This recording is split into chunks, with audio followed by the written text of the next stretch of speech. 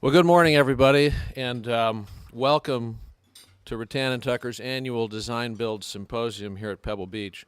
My name is Steve Nichols. I am co-chair of Rutan Tucker's Construction Law Group.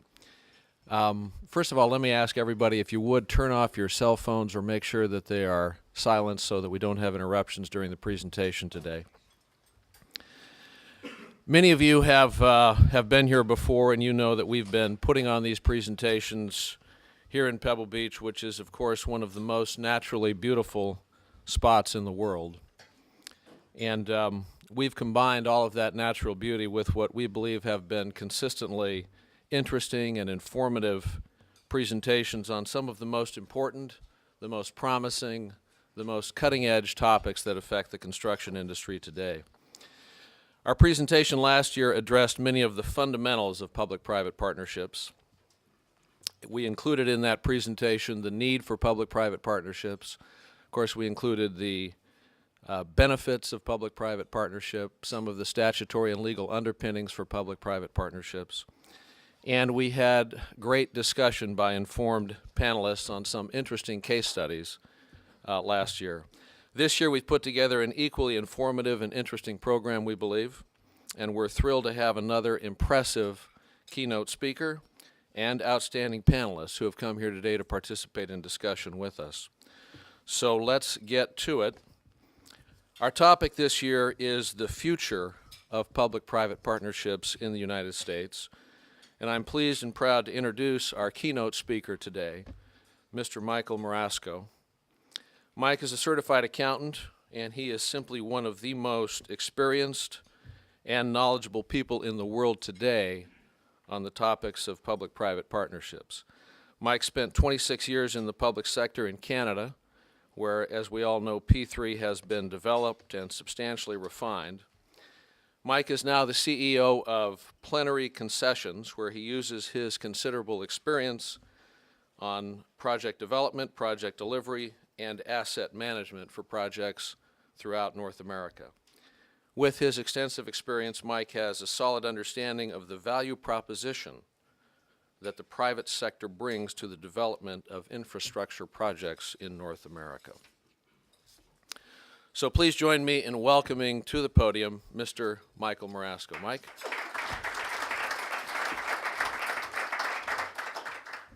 Thanks very much. I don't know if I'm the world's greatest expert in PPP, but I'll try and share a little bit of my experience with you.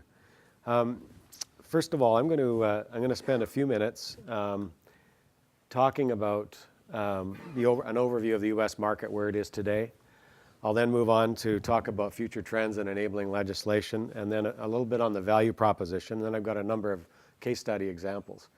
I'm going to save a bit of time at the end, 5 minutes at the end for questions and answers, but I'd encourage you to interrupt me and stop me at any time so that I can make it more conversational. I find that it tends to be a lot better when we do that. And then I'm going to finish with what the environment needs to be in order to successfully put a PPP program going forward. Just in terms of the market and where it's at, I guess the thing is that when we talk about a market, there isn't a market in the U.S. There's more than 50 different submarkets, and they're all different. Unlike say, the province of British Columbia or Canada generally, which is more of a homogeneous type market, when people categorize it, it's very different here from, and it's brought about by, the political landscape, the unions, what happens on a state-by-state basis, and in some cases at a municipal level. So the challenge, I think, for the private sector is how do you customize your offering to respond to the needs of each of those markets. The other thing that's interesting, and I'm going to talk about it as we go through and I talk about the value proposition. In the U.S., when people talk about public-private partnerships, there's a very diverse meaning to what they are. And yet when we talk about them in Australia, the UK, Canada, Europe, we're talking about what I'll call the international model for public-private partnerships. So it's not a real estate play. It's not a lease type scenario. It's really a type of transaction that's based on the sponsor's promise to pay the consortia back if they do what they say they're going to do.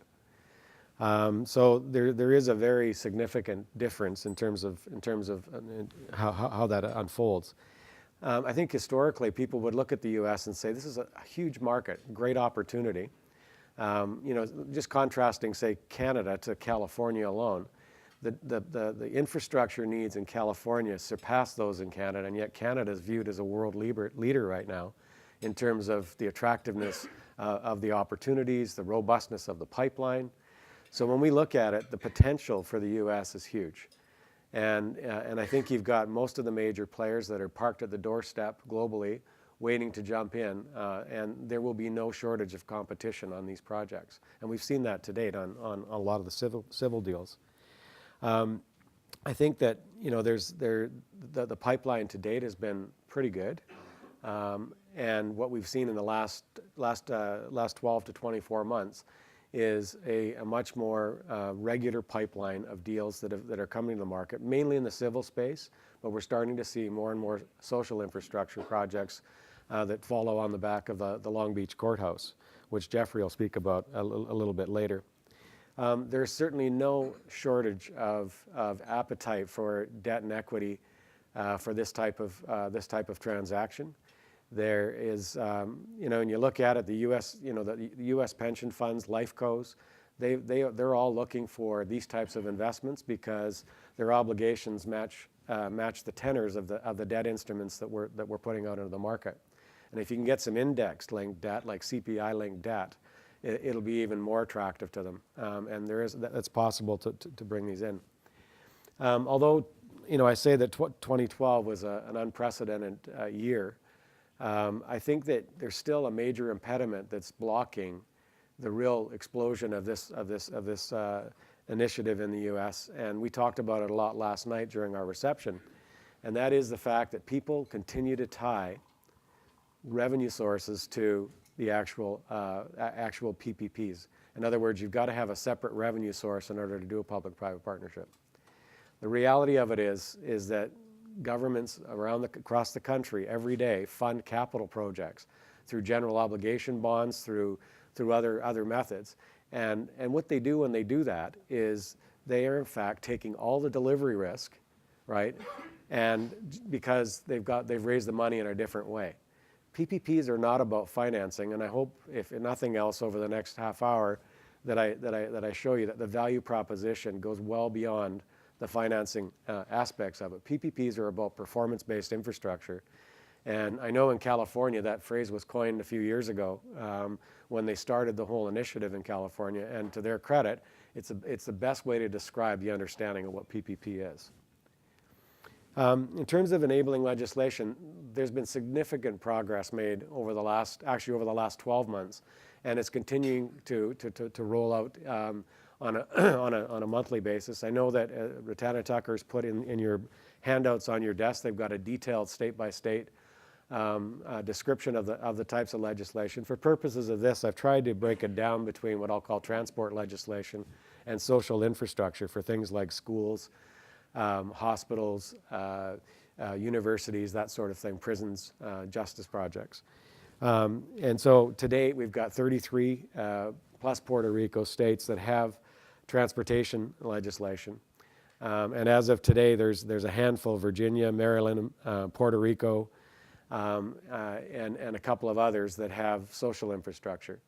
The map that I've got here it tries to sort of summarize it for you in terms of where the legislation is. As you can see, it's a bit misleading because when we talk about social infrastructure, in some states, it's simply limited to schools. So you have to look at the actual detail, but I was trying to summarize it.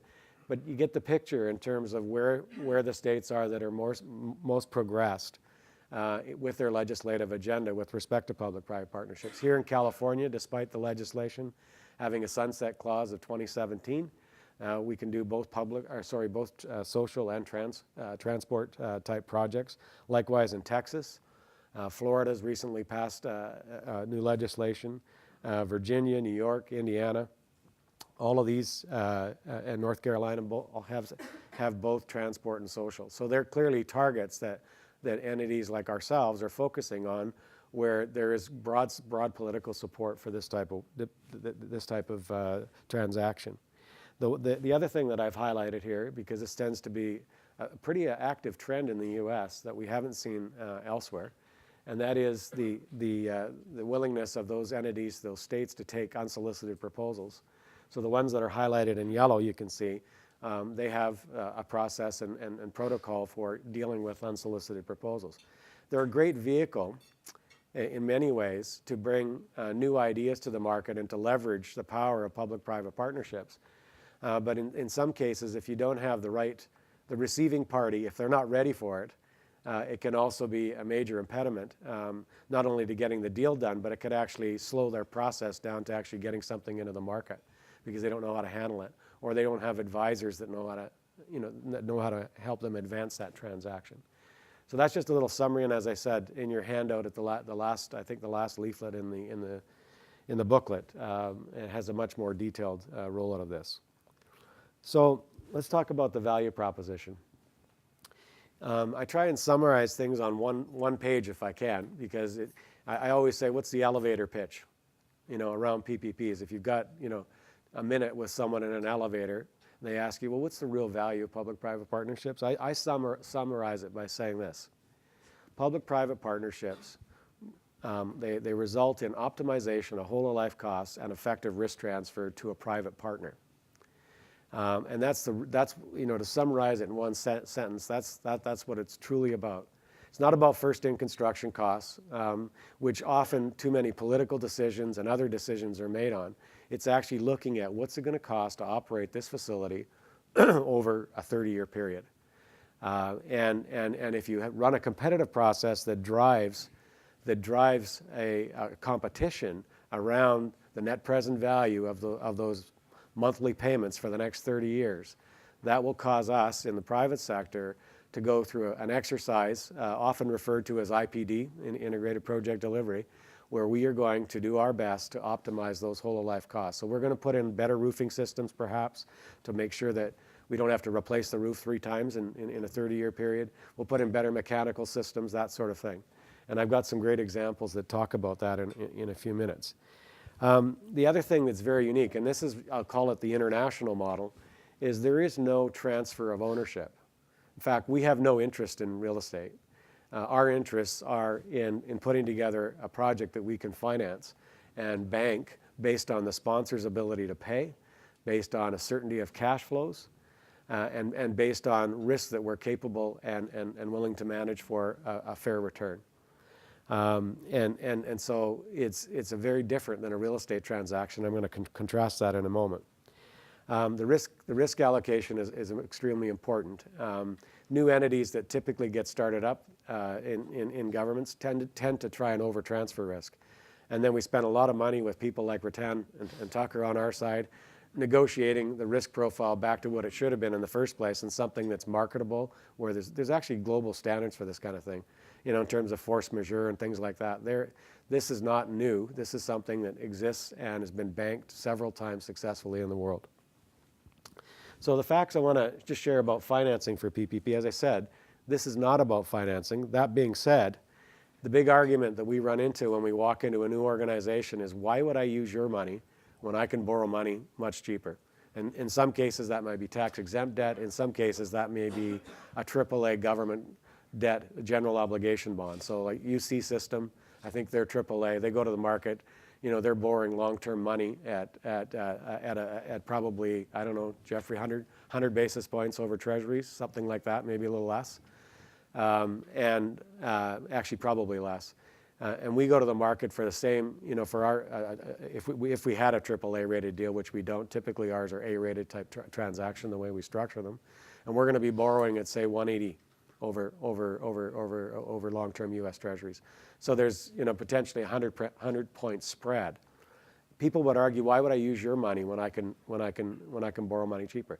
The answer is simply this: the value that comes from us running the transaction will far and exceed, what the marginal cost of us borrowing is going to be, and that comes through this optimization of whole-of-life costs, which you don't get if you're running the project yourself. Because if you're a university, or a university is a great example, and again, I'll speak about UC, they've got a tremendous amount of deferred maintenance. And the reason is in tight, lean years from a budget perspective, maintenance is the first thing that gets cut. And after a couple years, it costs you, 10 times the amount it would have cost you to maintain the facility properly in the first place. Okay, so that's one thing.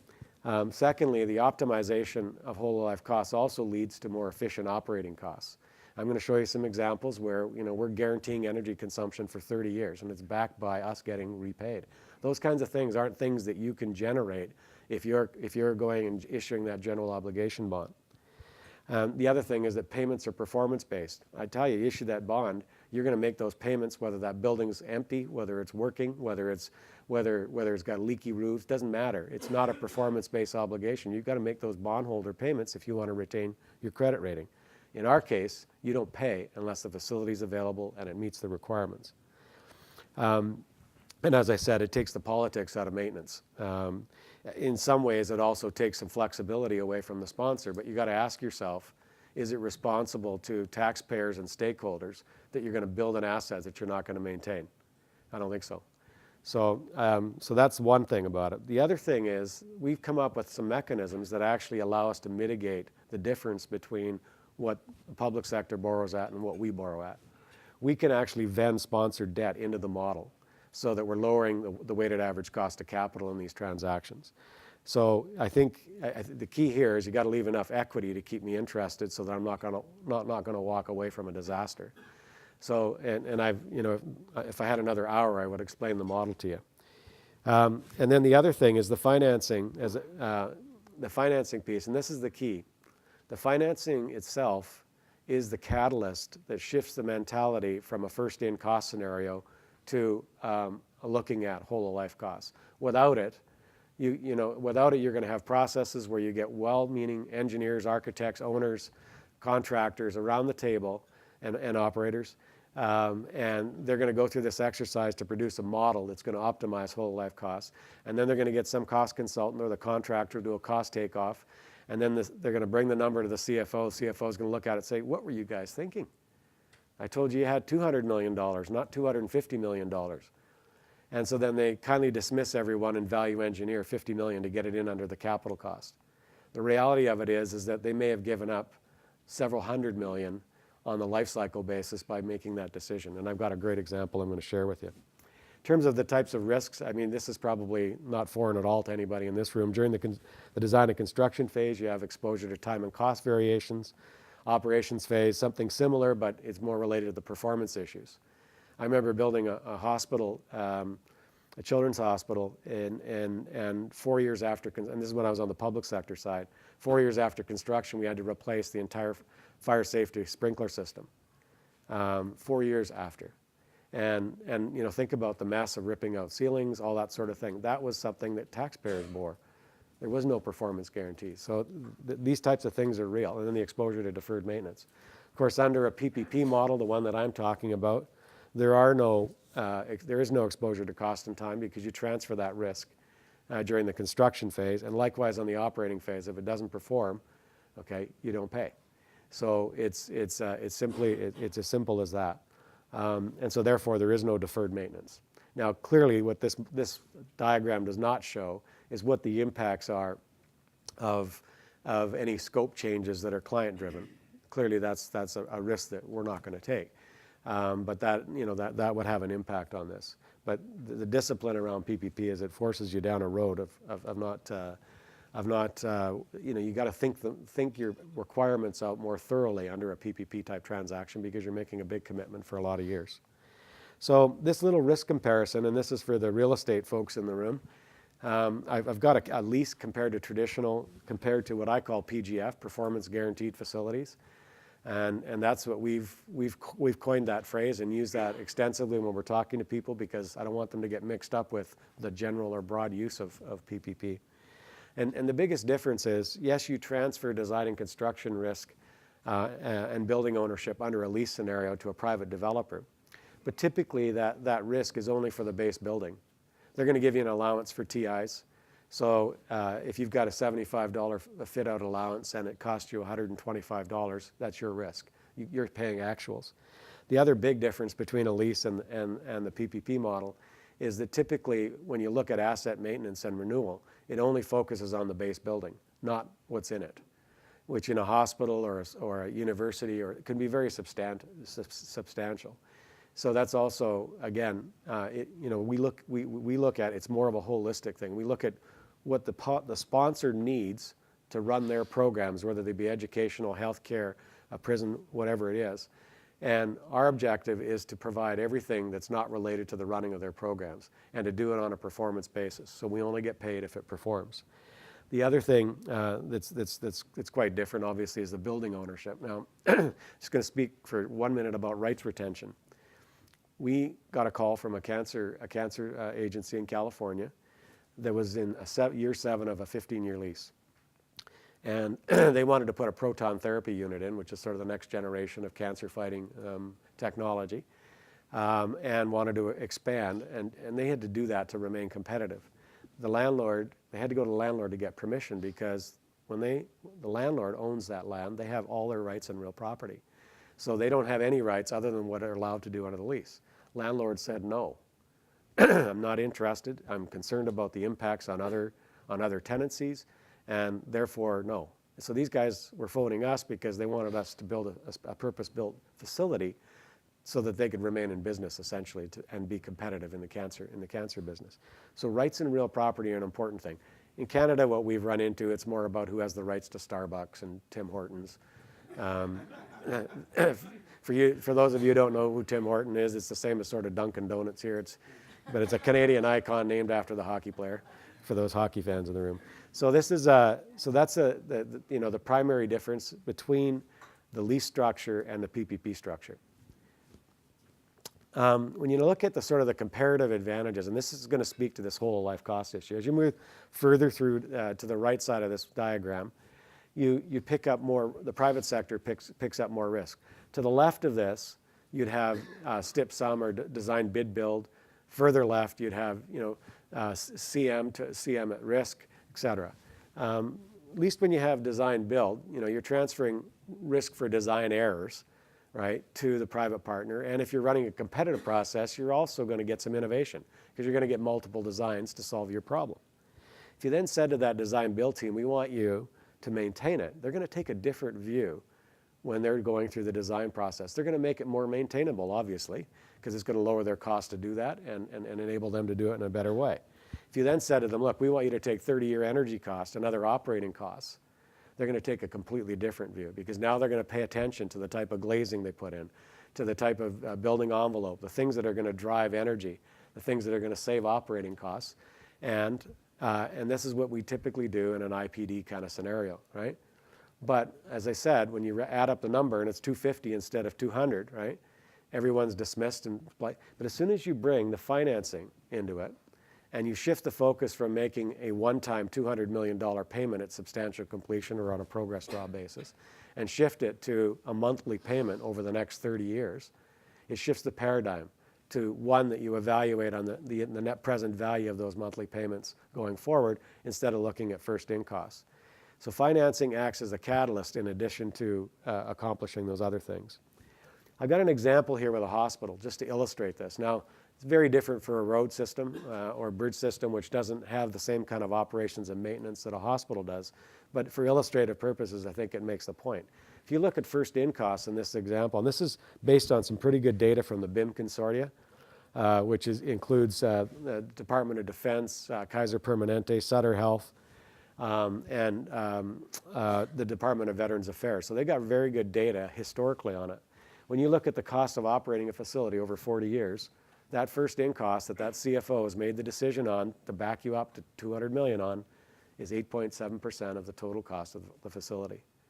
Look where the big numbers are: 29% on refurbishment, and 58% on operations and maintenance. Now, in fairness, in a hospital, this will include all your soft services, right? So it's the housekeeping, laundry, linen, that sort of thing. But even if you back that out and still look at the ratio, 29 to 8.7 in terms of first in versus refurbishment, it's a huge number. And yet most decisions are made based on that 8.7%. So when we do a PPP, what we're looking at is we try to balance these four balls and optimize the size of those balls with the objective of making the box smaller.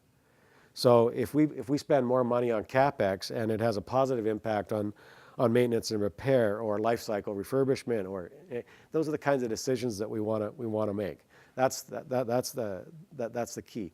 And the objective here is not only to do that, but we also guarantee it because we don't get paid if the facility doesn't perform and if it doesn't meet those indicators.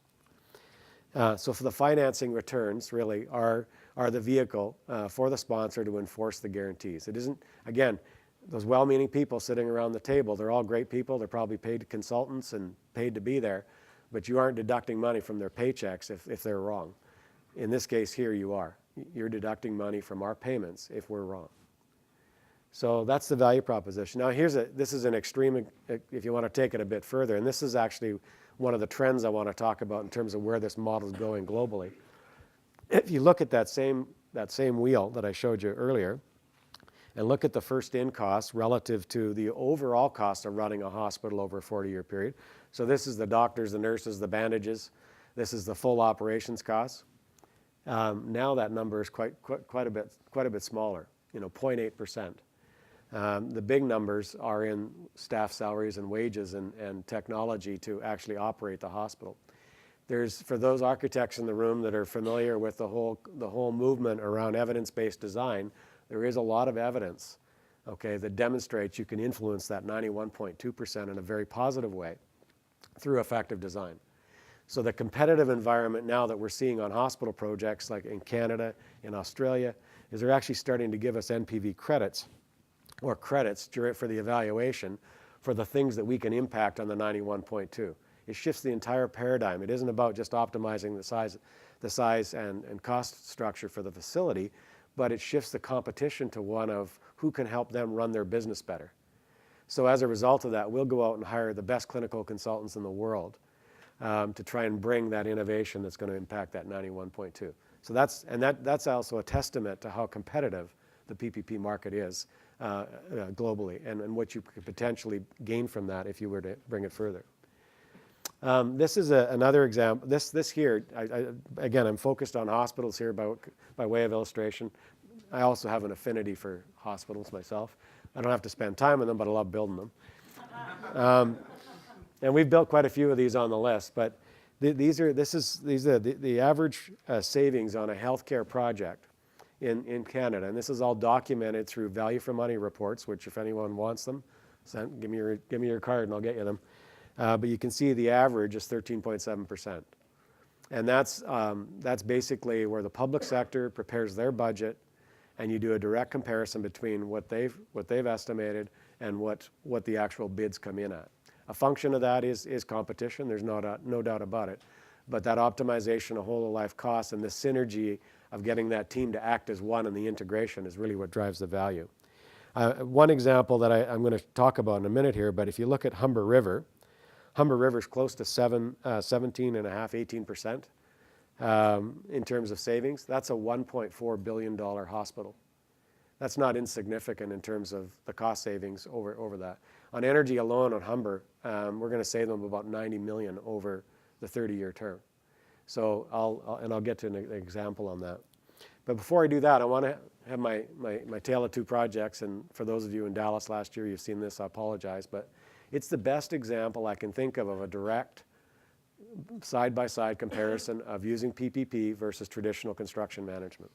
So these projects were done at the same time in the same market, same geographic location. One was done using P3, the other one traditional procurement. The Abbotsford Hospital, which was one of the first ones done in BC, and I was on the government side for this, 650,000 square foot regional referral and cancer center project, $450 million project value. Now the 450, the actual capital construction was about 300 million. The other 150 represented the net present value of all the operations that we were doing and the life cycle over the 30-year period. And this had a very robust operating bundle, everything, basically anything that didn't touch a patient. So we did all the portering, laundry, linen, materials handling, logistics, that sort of thing. And it was completed on time in 2008. The key success for this project for the government is there was net zero change orders for the first time ever in Canada for a hospital of this size, and it was finished on time. And when you look at it, the reasons why, there was no preconceived design. It was a performance-based competition. There was a true partnership attitude. So when we went through design development, I think there was probably 300 or 400 at least change orders, so to speak. Things that when you went into, brought that, we closed these deals basically at schematic level design. Still a lot of work to do. So when we get down to that next layer, the client identifies things and says, geez, that's not going to work. My patient flow in the ER is not going to, So you have to make an allowance for what we call puts and takes. And that's how you get to net zero. We say from the private sector side, there's no more money. We've gone and issued the bonds. We can't go issue another bond for $250,000 because you want glass partitions now in your emergency room instead of curtains, right? So we say there's no more money. On the client side, you need strong leadership to say there is no more money. And as a result of that, you work together, you draw a line in the ledger at each stage of design development, and you do horse trading to basically get to zero. It's a different mentality from a contractor's perspective because it's no longer, I'm going to charge you 150 cents on the dollar and give you 75 when it comes to puts and takes in terms of changes. It truly does have to be a fair and open process. And typically that's the role that we play as developers to make sure that we're a referee there so that everyone gets what they need. Contrast that to the Vancouver Trade and Convention Center. It was done at the same time in the same market. Large-scale project. Started out as a P3, but they were trying to transfer too much risk to the private sector, so it fell apart and they decided to go back to traditional construction management. The problem with this one is it increased from $565 million to $880 million and was 6 months late. And the focus, in order to get it to 880, they cut back a lot of the life cycle innovations that would have saved them energy. And really the challenge with this is that taxpayers don't know what this thing's going to cost them as a result of some of those decisions going forward. So when you look at the two, here's the real interesting thing. Look at this. Both of them had the same architect, MCM. Both of them had the same contractor, PCL. One's done as a DBFM, P3. The other one is done using construction management. One is 55% over budget and 6 months late. The other one is on time and actually under budget. They only spent $75,000 of a $20 million contingency. So you say, how can that be? I mean, I would argue that a hospital and cancer center is a much more complex facility than a convention center. Albeit the convention center, they did have to do some pile driving to build out over the water, that sort of thing. I appreciate that. I've worked on both sides of these transactions, and I can tell you why.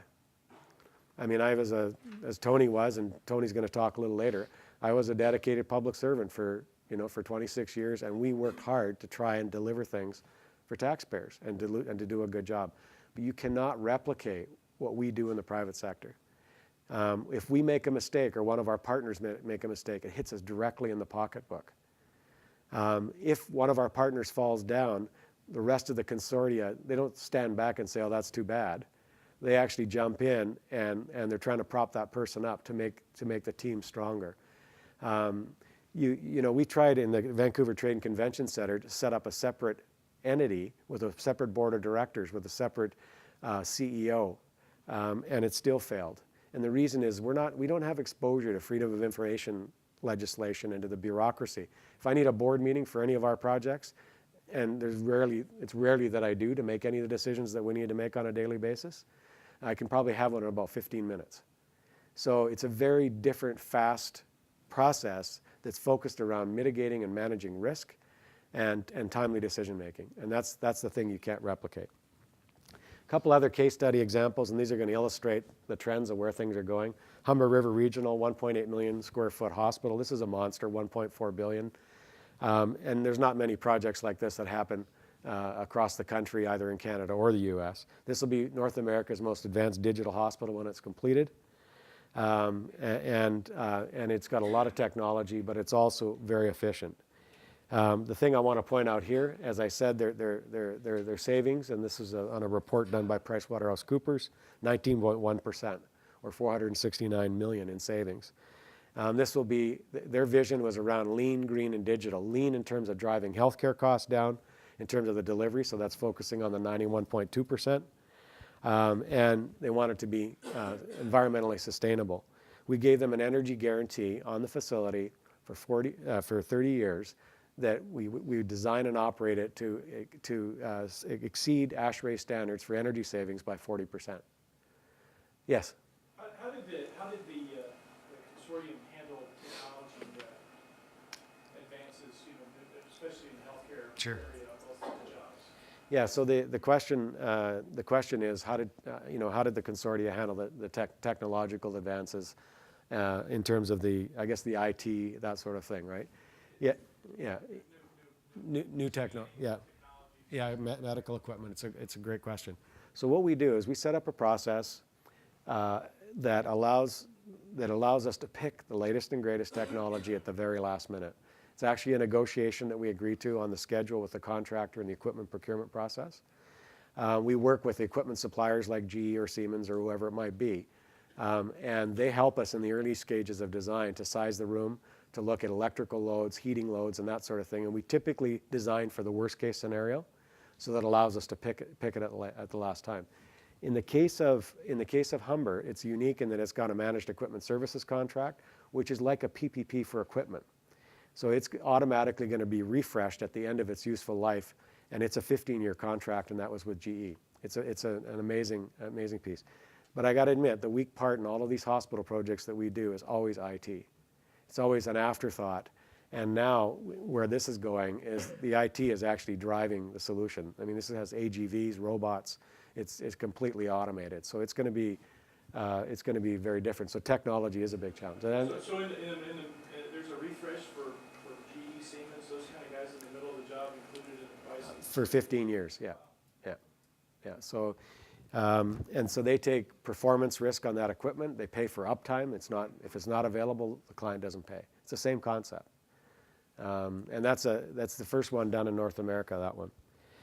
The other thing is through financing innovations, we were able to, we went with a long-term, well, I won't talk, the way that we issued the bonds and the combination of bonds that we issued, so we had a short-term bond, we had a long-term amortizer, a long-term bullet, and as a result of that, in a little innovation, and we caught the market at the right time, we saved them an additional $50 million. And the big one here is the middle one. We reduced travel distances for clinicians by 18%. That's focusing on the 91.2%. Bridgepoint, again, this was on a brownfield, so this was a redevelopment of an existing site. We converted it in a late 1800s jail into an admin building, totally took all the risk on the refurbishment of that jail and pay for availability going forward. Again, if the asset fails to make the KPIs, we don't get paid. This one achieved 15.3% savings or $95 million over the term for Bridgepoint. This one here, interior heart and surgical, relatively small one. This is probably more typical of the type of development we're seeing in the U.S. in healthcare at the moment. And this one here, the reason why I wanted to share it with you, they actually evaluated us and selected us on the basis of the types of things that we did around enhanced patient safety, optimization of clinical utilization, the wellness environment, and the enhanced site development features. And so what they did is in here, and you've got this in your package. I'm going through these quite quickly because I want to make sure we got a bit of time for questions, so you can see what we did there. This one here is our first win in the U.S. and in Denver. It's the US 36 Managed Lanes project. This is an HOT lane. Again, I'm not going to go through it in a lot of detail, but it's along the US 36 corridor, 23 miles of highway, where basically you go into the high occupancy lane, then you pay a toll unless you have 3 people or more in your vehicle. We bank it on the basis of what we project that traffic forecast to be, and that's how we get paid back, is through the toll. It requires a lot of cooperation with HPTE and the DOT in Colorado. But if we do a good job of the construction and manage our risk there, we're pretty confident, based on the growth in the corridor and the income levels of people in the corridor, that we'll do all right in terms of getting paid back. So I'm quickly just going to finish up and talk about what a successful environment is for PPPs in terms of what the ingredients are, especially around public agencies. So you got to have a highly motivated government sponsor. You got to have a political champion for sure, especially in the U.S. And you've got to develop a center of expertise. If you try and reinvent the wheel, you're going to cost a lot of money. You're going to delay actually delivering of the projects. And the other thing that's important is you got to have a pipeline.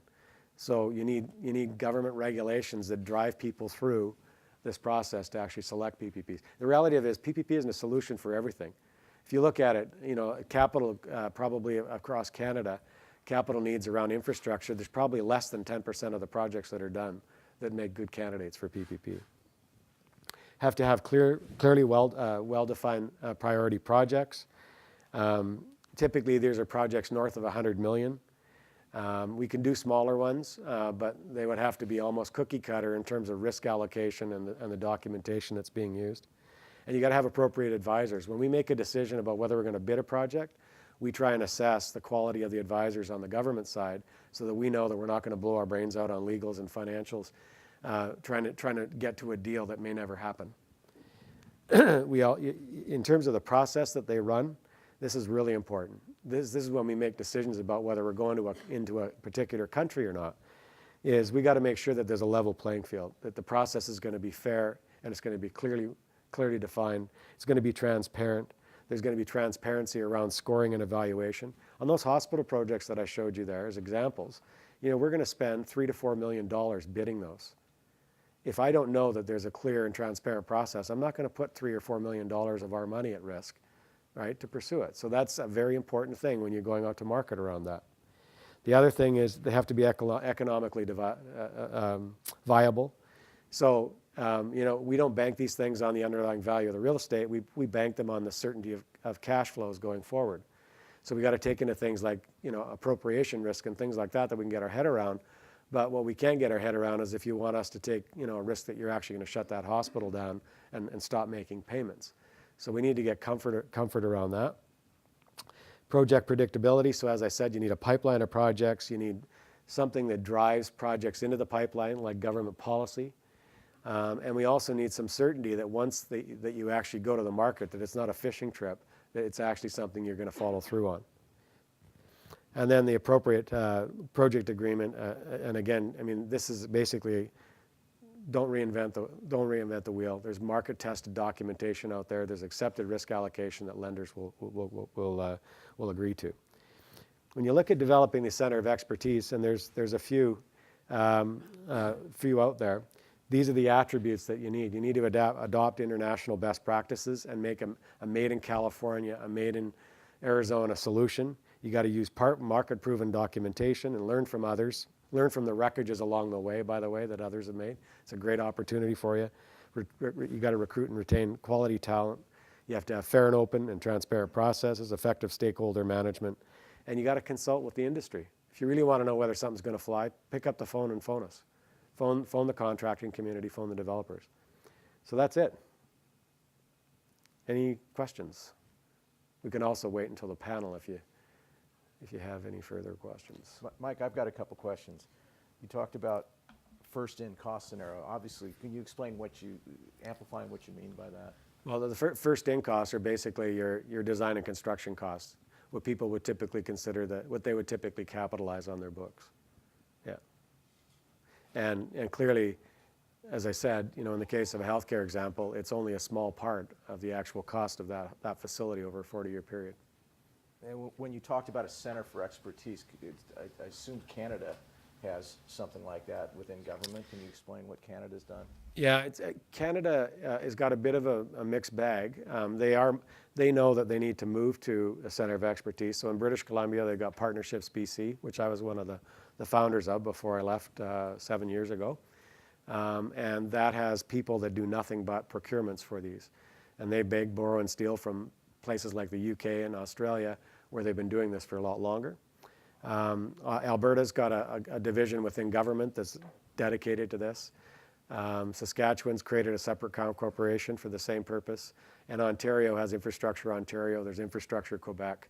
And they actually work very well together. They share information amongst each other. And as a result of that, they share their documentation, their best practices. And that's what's actually got the market propelled to the extent that it has in Canada. Yeah. Is there any way to mix, because these U.S. public agencies get so hung up on this tax-exempt financing? Yes. To do a mix of tax-exempt financing and private equity? Yeah. Because we see states, California, UCSF, the Yes. and a 40-year lease. Yes. But there's no private and really at-risk feature, which I think would enhance the process. So the question is, this is because we're being recorded, I'm just going to repeat it. The question is there a way to vend tax-exempt debt and mix that with equity, private sector equity, to make these transactions occur? The UC is a great system. I mean, or a great example. You used UCSF as an example. So to finance their capital projects, they go out and issue general obligation bonds that are tax exempt. Okay, they don't have a requirement that doesn't have to be project specific. So in these structures where we bring in senior debt from lenders, that's typically a bond issue. There's very few bank deals that are done in the U.S., but a long-term bond, they could actually they could vend that tax-exempt debt in as the senior lender. The key in the structure is to make sure that we have enough equity at risk so that if something goes off the rails, they can choke. They've got a throat to choke. Yeah. Any others? All right. I'm 2 minutes and 43 seconds over. Nice. All right. That's good. Thanks. All right, thanks for that, Mike. That was outstanding. At this time, we're going to take a 10-minute break, and we'll come back and convene the panel for discussion. So 10 minutes.